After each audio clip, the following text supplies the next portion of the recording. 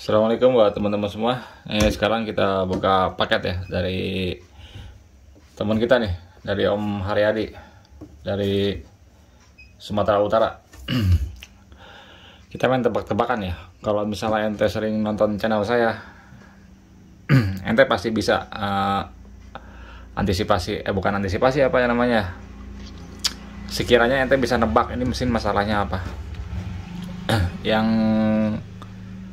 saya tanya ke ownernya, ke yang punya mesin ini, tanya keluhannya cuma satu, motornya putaran bawahnya lemah, tenaga maunya keluar tengah ke atas.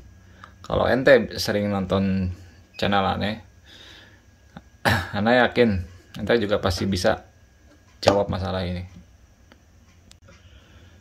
Infonya motornya katanya standar, nggak ada aneh-aneh. Kalau saya pribadi ya, kalau dengar keluhan kayak gitu terus terang kurang percaya. Kalau misalnya air racking dalam keadaan standar, bawahnya lemah, maunya ngumpul di tengah ke atas. Kenapa? Karena air racking itu dari bawaan orok, dari bawaan lahirnya, dia bengis putaran bawahnya. Bahkan dulu-dulu kan suka disebut motor jambret ya, karena itu buat main bawah-bawah, main gesit-gesitan, buat main adrenalin. Air racking nggak ada duanya.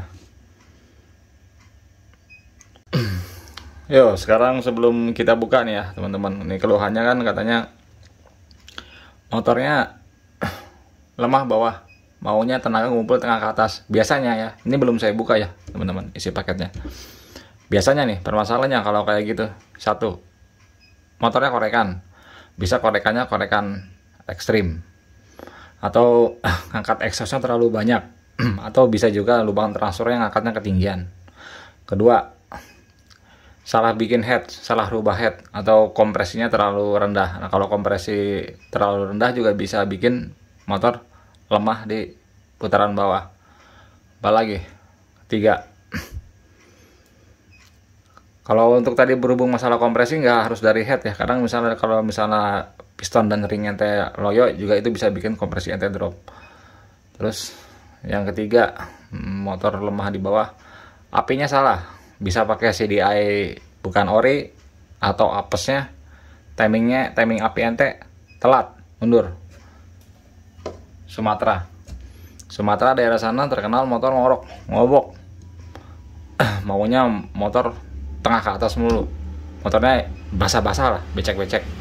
Bisa setting karbunya terlalu besar, entah dari pilot, entah dari main jet, atau bahkan dari jarum skep yang udah pada dikecil-kecilin. Jadi bikin motor berat di putaran bawah, kebasahan. Apalagi ya?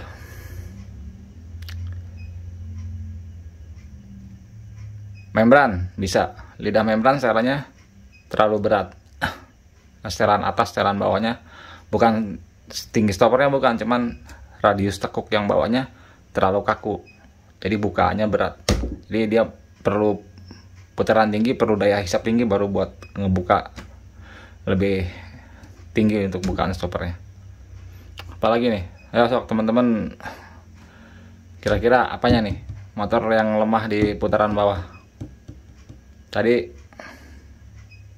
korekan udah, kompresi udah, timing api telat, dari spuyer bisa. Kalau kampas, kalau kupling enggak. Kalau misalnya teman-teman ngalamin kampas atau bagian kupling aus, gejalanya bukan di putaran bawah kalau kupling, tapi di putaran atas. Kenapa? Karena putaran atas butuh grip yang lebih bagus. Kalau kuplingnya nggak kuat, bawahnya mungkin masih sanggup layanin, tapi atasnya selip. Ini ya teman-teman, untuk mesinnya udah dibuka dari paketnya, cuman belum dibongkar mesinnya. Ini ada surat cintanya nih. Nih kalau teman-teman bisa lihat ya, nih keluhannya nih, kelihatan nggak tuh? Tenaga RPM bawah lemot, atas kurang, power terasa kosong, nanjak lemot, boncengan lemot, power keluar, RPM tengah ke atas, RPM susah naik, proses susah naik dari RPM bawah ke RPM tengah. Ini nomor 1 sampai nomor 6 ini belum saya bongkar ya, kayaknya mesinnya korekan. Atau kalau nggak korekan, gejala kayak gini mirip-mirip sama pilotnya terlalu gede. Mungkin setting spuyernya kali. Nanti kita cek aja, kita bongkar, kita lihat mesinnya. Cuman cara jawab gampangnya 1-6 nih, kayaknya mesinnya portingan, karena karakter portingan kayak gini nih. Kedua, pilot terlalu besar. Kalau pilot terlalu besar, motornya ngerebek bawahnya, loading. Nomor 7 nih, nomor 8, terkadang 1 kali dalam sebulan RPM bawah. Ini kayaknya yang punyanya ini idealis banget ya, masih bisa inget gitu, 1 kali dalam sebulan bawa motor. Kadang enak, kadang nggak enak. Kalau saya terus terang belum tentu inget bawa motor sebulan sekali itu. Kadang ada enaknya, kadang ada nggak enaknya. Permintaannya nih, power enteng di semua RPM, porting harian, touring, penyempurnaan, pengapian. Kalau penyempurnaan ya, penyempurnaan saya nggak bisa. Kalau mau disempurnain saya nggak bisa. Jangan dibawa ke sini mesinnya. Kalau pengen sempurna, manusia aja nggak ada yang sempurna, apalagi produknya. Penyempurnaan nggak bisa. Paling bisanya disesuaikan standar pabrik aja, ikut SOP dari pabrik aja. Kopling dibuat enteng. Kalau kopling dibuat enteng, ente pernya jangan yang aneh-aneh. Bagian koplingnya jangan dibuat macam-macam. Kasih per kopling ori aja. Perbaikan bodol bisa ntar dibantu sama tukang bubut. Ini power enteng di semua RPM. Garis bawah ya, kalau namanya motor standar, motor 2 tak itu ada namanya power band, tentang tenaga. Nah kalau misalnya motor-motor standar kayak model Ereking gitu ya, untuk 2 tak, biasanya kalau motor standar pabrik ngerancang power band kuatnya di putaran bawah sampai tengah. Motor korekan kuatnya tengah sampai atas.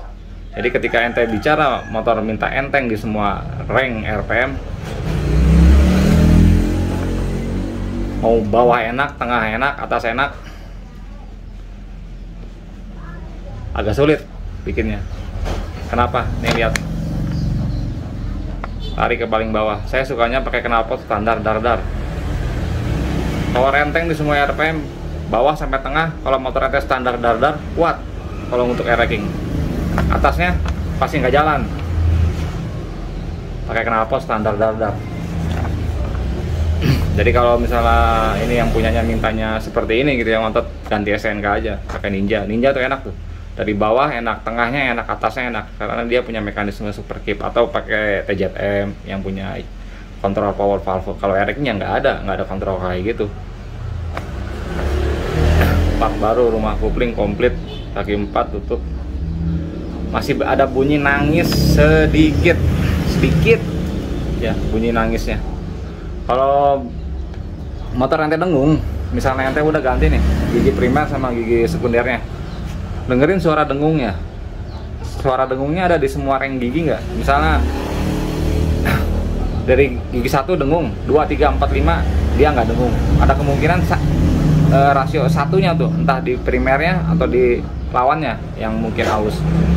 Kalau misalnya ringnya semua 1, 2, 3, 4, 5 dengung, primer dan sekundernya. Nah kalau primer sekundernya baru, hal-hal kayak gini biasanya di lawan gigi selahnya, lawan gigi gelasnya biasanya udah dol lah, udah lobok.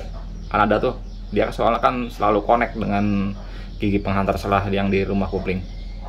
Lagian kalau sedikit-sedikit gini mah biasanya salahnya ya olinya kayaknya. Oli mesinnya biasanya pakainya ente yang encer. Kalau Ereking cocoknya pakainya olinya kental. Kasih mesran aja tuh, gak usah yang bagus-bagus oli mesinnya. Spool api baru, nggak disolder ya, bisa disolder. Membran baru, part baru tidak mengubah apapun untuk tenaga. Ya iyalah, kan di sini di 1-5 kan ente nggak ngerubah karakter pergantian part ini, ente nggak ngerubah karakter mesin. Kecuali misalnya ente ganti blok atau ganti head, misalnya contoh ganti blok bore up, nah itu berubah di powernya. Membrannya ente ganti pakai rakiat yang lebih besar, itu berubah. Nah ini kan part-partnya semua standar. Saya sukanya pakai knalpot standar dar-dar, modif hanya saringan. Ini udah kebaca ya. Kalau ente sukanya pakai knalpot standar dar-dar, jangan ngarep banyak di Ereking, karena 2 tak itu 30% knalpot nyumbang power. Ganti saringan ini ngaruh nggak ke tenaga? Pakai logika aja. Knalpot Ereking dalam keadaan standar ya, saringannya depan 1, 2, ada 3 apa 4 ya sekatnya. Kalau saringan kan posisinya paling belakang.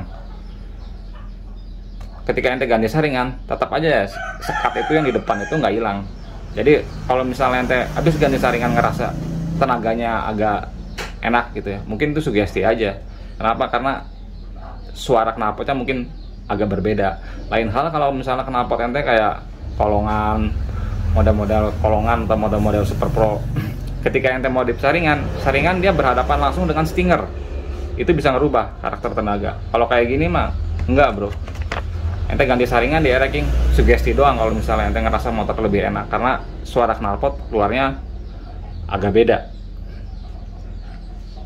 Kalau gear mah nggak masalah, ini gear 35-15 ya buat keadaan standar cukup lah. Ya, saya langsung bongkar ya teman-teman, biar nggak terlalu panjang video. Nanti udah dibongkar, kita lihat nih permasalahannya apa aja di sini. Ya teman-teman, ini udah dibongkar ya untuk mesinnya. Sekarang kita cek satu-satu ya. Untuk headnya papasan, perubahan. Kalau lebar switchnya masih masuk. Untuk derajatnya, kalau derajatnya saya nggak bisa ngecek di sini. Harus di tukang ubur, nanti ketahuan angelnya berapa. Soalnya tangan saya nggak bisa center, susah ngeceknya. Ininya nggak mau, belum tentu bisa lurus meskipun ada protektor juga. Kalau head mah aman.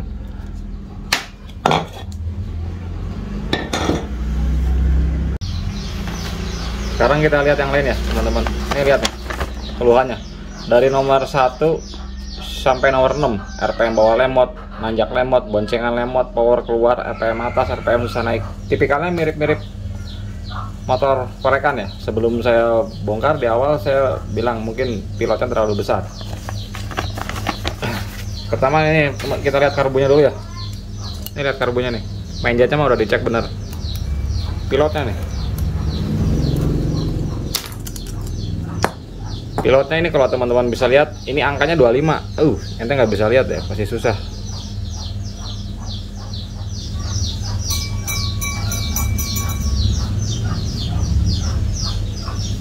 Nah, tuh, pilotnya ukurannya 25, artinya dia udah naik satu step dari karbu standar racking. Ya sebenarnya kalau satu stepnya ente nggak perlu boros ya, nggak boros-boros amat.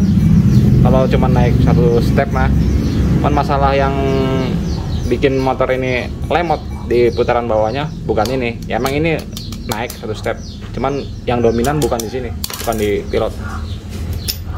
Sama ini nih, lupa karbu. Ini yang punyanya nih.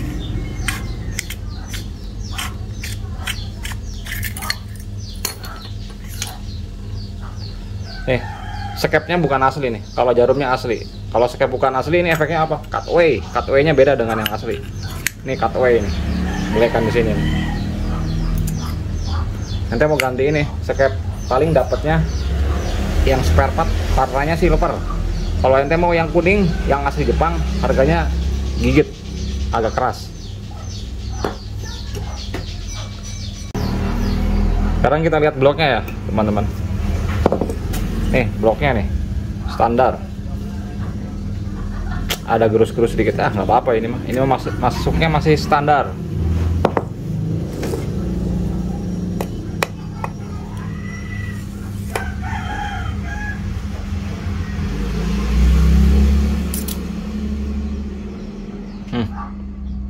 Angkanya udah berkurang jadi 115,9. Ini hilang 0,5. Standar racking 116,5.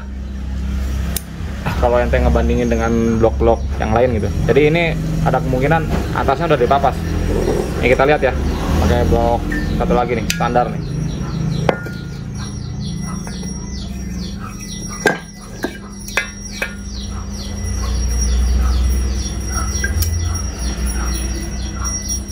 Tuh, lihat. Beda kan 116 lebih lah gitu.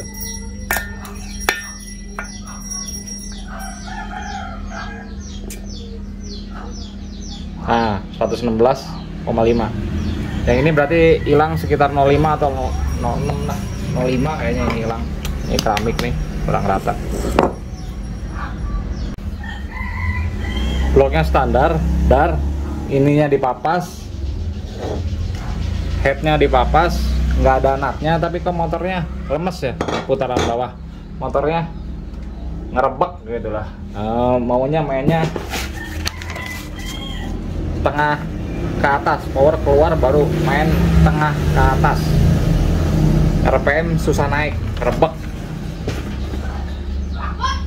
Kenapa coba biangnya? Harusnya kan kalau misalnya ente mapas atas, head papasan tanpa nut, kompresi kan harusnya kan naik, harusnya kan kuat. Berarti kan harusnya motor kuat di putaran bawah. Tapi kok ini motor tipikalnya malah kok jadi kayak mirip-mirip motor mereka kan yang maunya mainnya tengah ke atas. Salah satu biangnya nih teman-teman, perhatiin nih.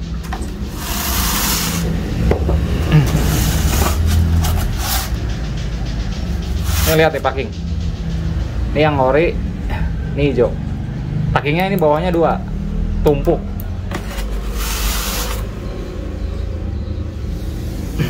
Nih packingnya tuh, packing bawahnya. Ini yang asli nih. Ini yang tambahannya. Tuh jadi di sini ada 2 packing. Tuh kelihatan kan tuh. Ini ori, ini bukan. Jadi ini packingnya double, ada 2 lembar. Kenapa kok packing numpuk, packing double begini jadi bikin efek motor akselerasi kurang, maunya mainnya tengah ke atas. Ini saya jelasin ya, singkat ya ke teman-teman. Sebenarnya hal kayak gini udah pernah saya jelasin di video yang lain. Ketika ente nambahin packing 2 di bawah ya, bagian bawah ya, saya nggak bicara bagian atas. Ini efeknya ngerembetnya kemana-mana. Pertama, ketika ente naikin ini otomatis blok naik. Kalau blok naik, durasi transfer naik. Durasi transfer naik, durasi exhaust juga naik. Selanjutnya kompresi atas ikut turun. Mungkin ini dikasih packing 2 karena atasnya dia udah dipapas. Mungkin takut mentok lah gitulah bahasa kasarnya. Padahal kalau misalnya ente ngadepin hal kayak gini, jangan ngehantem packing bawah 2, hantemnya headnya. Kalau misalnya ente takut mentok ya, ajar kasih nut headnya, jangan ngutak-atik packing bawah. Karena dengan ente nambahin packing bawah, otomatis durasi transfer ente naik sama durasi exhaust ente naik. Di awal video saya udah jelasin sebelum paket saya buka, ada kemungkinan transfernya terlalu tinggi. Ini kenapa bisa terlalu tinggi? Padahal kan cuma nambahin packing ya, nambahin packing berarti kan 0,5. Berarti kan transfer naik 0,5, exhaust juga naik 0,5. Istilah durasinya ikutan naik. Kok jadi ngasih efek motor ngerebek gitu? Ya karena itu biangnya. Ini lubang transfer. Transfernya jadi durasinya tinggi. Kenapa bisa dibilang tinggi? Sebenarnya nggak tinggi durasinya, karena cuman naikin 0,5. Yang jadi masalah nih ininya nih, lubang knalpot. Exhaust ente masih standar. Jadi kalau bahasa kerennya ya, bahasa yang biasa dipakai sama konten kreator lain, bahasa kerennya blowdown lah. Blowdownnya kurang efisien, nggak masuk. Kalau ente naikin exhaust 0,5, transfer naik 0,5, nggak cocok tuh, kurang pas untuk di blowdownnya. Ini singkat ya teman-teman tentang blowdown ya. Bukan, mudah-mudahan bahasa ini nggak terlalu sulit ya, jadi teman-teman mudah memahaminya. Ente naikin packing 2, nambahin packing di bawah 1 ya, otomatis transfer ente naik, exhaust ente naik. Blowdown mah nggak akan berubah, tetap aja kalau namanya blowdown nggak berubah, soalnya naiknya bareng, sama-sama 05, sama-sama 05. Misal blowdownnya 35, blowdown 35 ya tetap sama karena naiknya bareng. Lain hal kalau misalnya ente naikin exhaust doang, transfer nggak diangkat tetap, nah itu blowdownnya berubah. Kalau ini enggak, cuman jadi masalahnya dengan keadaan motor standar dengan durasi transfer segini ketinggian bro, transfernya terlalu tinggi, jadi karakter erekingnya hilang. Jadi maunya motor mainnya tengah ke atas terus. Nih saya jelasin dengan blok ya, mudah-mudahan teman-teman paham dan mudah-mudahan bahasa saya ini nggak bikin puyeng ente semua. Soalnya ini permasalahannya bukan masalah, maksudnya ngejelasinnya agak berat. Kalau misalnya ente awam banget mah ya susah untuk memahaminya.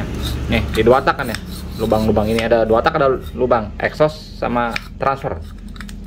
Nih 2 tak, bisa naik ke atas, dar. Kita anggap gini deh, anggap tekanan di bawah, tekanan kompresi primer cuman 10 bar ya, anggapnya kita 10 bar. das, dia meledak nih kan, pison kan, bur, terjadi pembakaran. Di sini kan otomatis tekanan kan bisa sampai puluhan kali lipat dari tekanan bawah. Artinya bisa, anggap aja bisa 100 bar lah di sini tekanan. Tinggi kan di sini tekanan. Das. Sebelum lubang exhaust kebuka, tekanan dia masih tinggi. Dia belum lari kemana-mana. Di sini belum turun tekanannya. Ketika dia turun, ketika lubang exhaust kebuka, bas, turun tuh tekanan tuh. Tekanan di area silinder ini turun. Makin lama makin turun. Nah, kalau blowdown nih blowdown nih. Dari lubang exhaust mulai terbuka sampai lubang transfer mulai terbuka. Nah, itu derajatnya, itu blowdown namanya. Ini kebuka, mulai turun kan. Tekanan yang tadinya di sini 100 bar, karena lubang knalpotnya terbuka, ngedrop, makin kecil seiring kebukanya knalpot makin lebar. Nah, di bawah tekanannya cuma 10 bar. Jadi sebelum lubang transfer ini kebuka, nah sebelum kebuka begini, usahain di sini tekanannya harus lebih rendah daripada kompresi bawah. Jadi di sini harus, kalau di bawahnya 10 bar, di sini ini minimal ya, di bawah 10 bar minimal 9 lah. Kalau nggak 9, 8 lah gitu. Baru ini yang di bawah ini transfer bisa naik ke atas. Apa yang terjadi kalau misalnya di bawah 10 bar tapi di atas masih di angka 15 bar, ini transfer nggak bisa naik, nggak bisa ngedorong, karena tekanan di atas lebih kuat dibanding tekanan di bawah. Hasilnya gimana? Pembakaran, lari ke bawah, ke bagian blok bawah, ke area crankcase. Tuh lihat, pada hitam kan, full hitam tuh.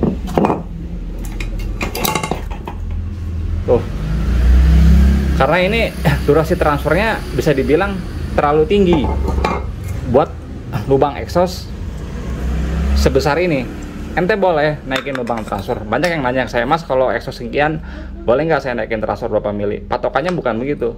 Ente boleh naikin lubang transfer, syaratnya satu, ketika lubang transfer udah mulai terbuka, tekanan di bawah, tekanan di silinder ini di atas harus lebih rendah dibanding tekanan kompresi primer ente. Ya itu biasanya kan dimodif, dikorek atau dibesarin. Tujuannya itu supaya tekanan yang di silinder ini cepet turun lah, cepet kebuang lah. Paham ya teman-teman? Paham nggak? Susah gue ngejelasinnya, capek malah. Ya, jadi udah ketahuan ya teman-teman permasalahannya. Ini yang bikin motor ini walaupun bloknya standar dar-dar gitu ya, tapi karakternya kayak motor korekan nih, karena ini lubang transfernya terlalu tinggi. Jadi kalau bahasa gampangnya di mesin ini gejalanya begini nih, karena durasi transfer terlalu tinggi. Di sini tekanannya masih tinggi, tapi transfer udah ngebuka. Jadi harus gimana? Harus gas lebih dalam. Supaya apa? Supaya ngedorong kompresi primer bawah ini lebih kuat buat ngelawan tekanan yang di atas.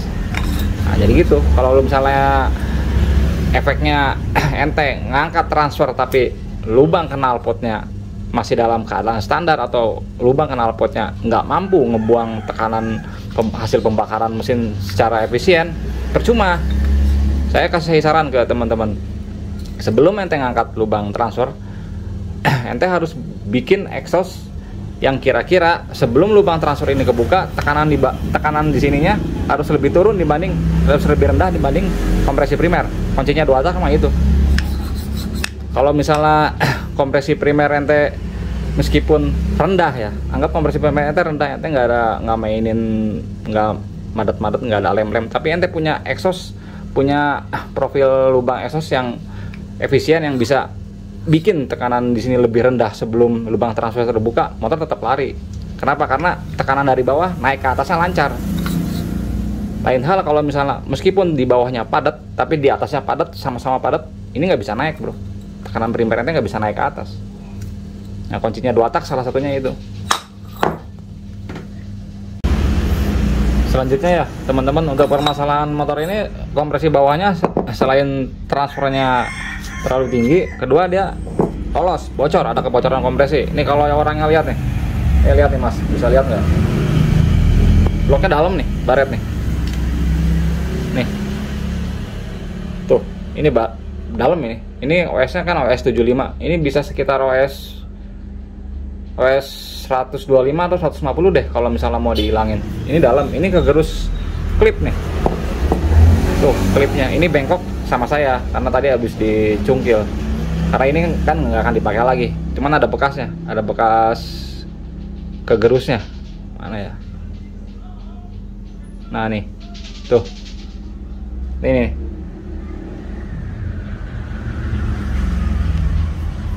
Tuh. Ah, nggak bisa fokus. Nah ini kegerus.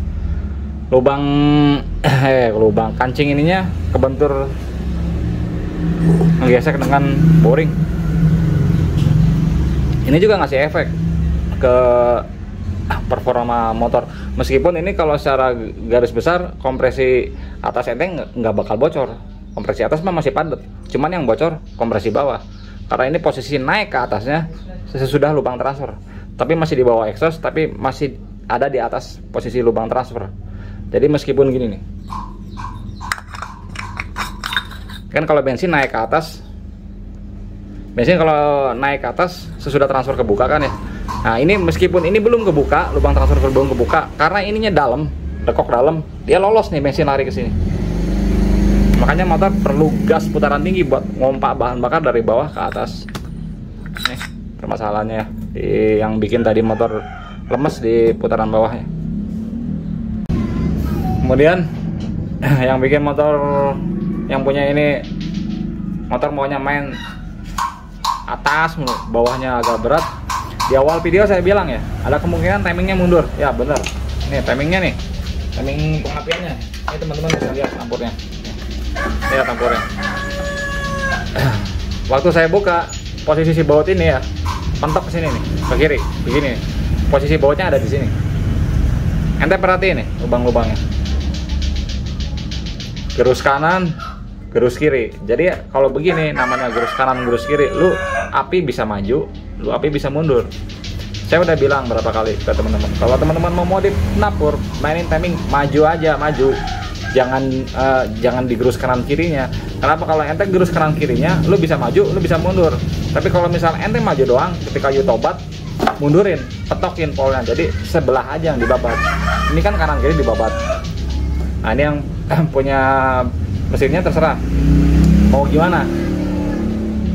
Mau saya set dengan keadaan begini bisa, nanti di dial dipasin timing apinya, atau mau diganti napurnya bebas itu, atau mau diganti satu set terserah itu mah maunya gimana. Cuman kalau misalnya saya pasin di sini, dipasin pakai dial, ketika ente nanti bongkar magnet atau ganti seal magnet, ente harus dial lagi karena ininya dibabat ya. Jadi ininya nggak bisa ngasal kalau udah dibabat kanan kiri.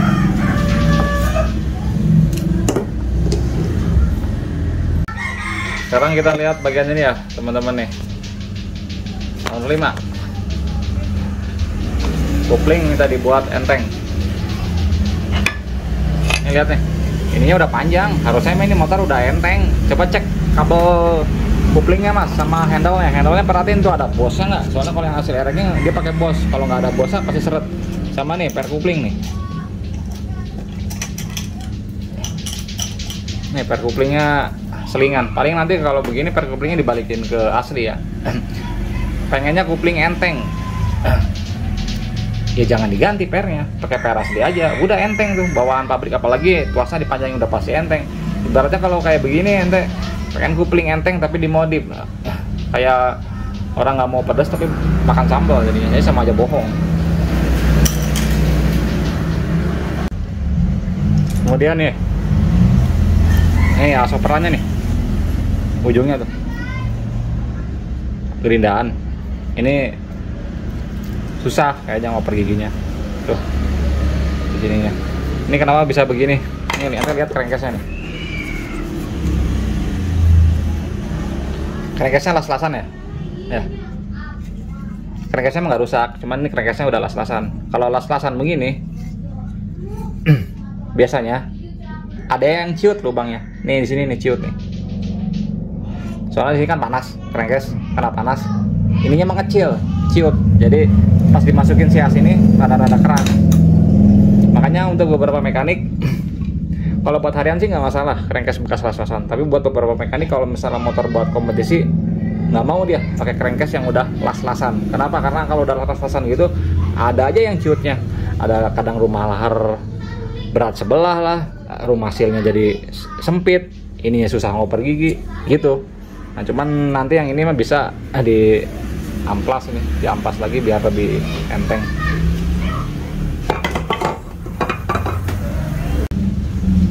Sekarang kita lihat nih kerukasnya ya. Kalau untuk kerukas sih orangnya emang nggak komplain masalah getar. Nanti kita lihat dia masih padat nggak rumah larnya. Kita buka ya kerukasnya.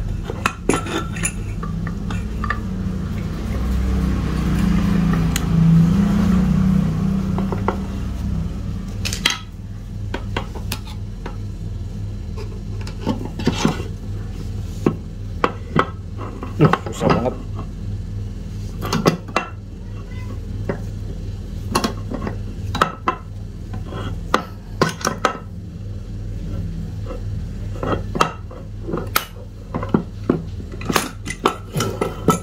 Bagus kok untuk yang kiri crankcase rumah larnya masih bagus, masih bisa dibilang saya nyopotnya trackernya masih berat. Kalau misalnya ada masalah di rumah larnya ngebukanya enteng, atau misalnya ada masalah di batang kerukasnya ngebukanya juga sama enteng, cuman si laharnya diem gitu. Bedanya gitu aja teman-teman. Kalau misalnya enteng ngebuka kerukas berat bagus berarti.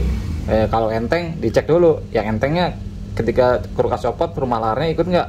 Kalau misalnya rumah laharnya ikut berarti ininya yang bermasalah. Tapi kalau rumah dibukanya enteng rumah laharnya nempel di sini, batang kerukasnya yang halus. Ini nggak bagus. Ya segini ya teman-teman untuk video saat ini tentang masalah mesin dari Sumatera punya kawan kita ini. Tuh lihat tuh teman-teman, lihat tuh crankcase-nya hitam gelap, jadi pembakarannya masuk ke dalam crankcase ya. Karena itu salah satu efeknya nih, packingnya double, jadi si transfernya atau bahasa kerennya belodonya kurang efisien lah, jadi kurang pas lah untuk durasi buka tutup di transfernya. Nah ini paling nih ini lihat nih mas yang punyanya nih, kalau lihat itu gearnya lihat tuh, wih tajam udah pada rompal begini ini gear. Saya bingung ya sama yang punya motor ini. Bisa inget ya, satu kali dalam sebulan kadang motor nggak enak. Tapi hal kayak gini bukan satu kali dalam satu bulan, tiap hari lu bawa motor pasti nggak enak motor, krek karena giginya pada rompal begini. Ini benerin aja dulu deh hal-hal masalah sepele mas. Ini gearnya ntar ganti nih, hancur begini. Oke, terima kasih ya teman-teman untuk waktunya.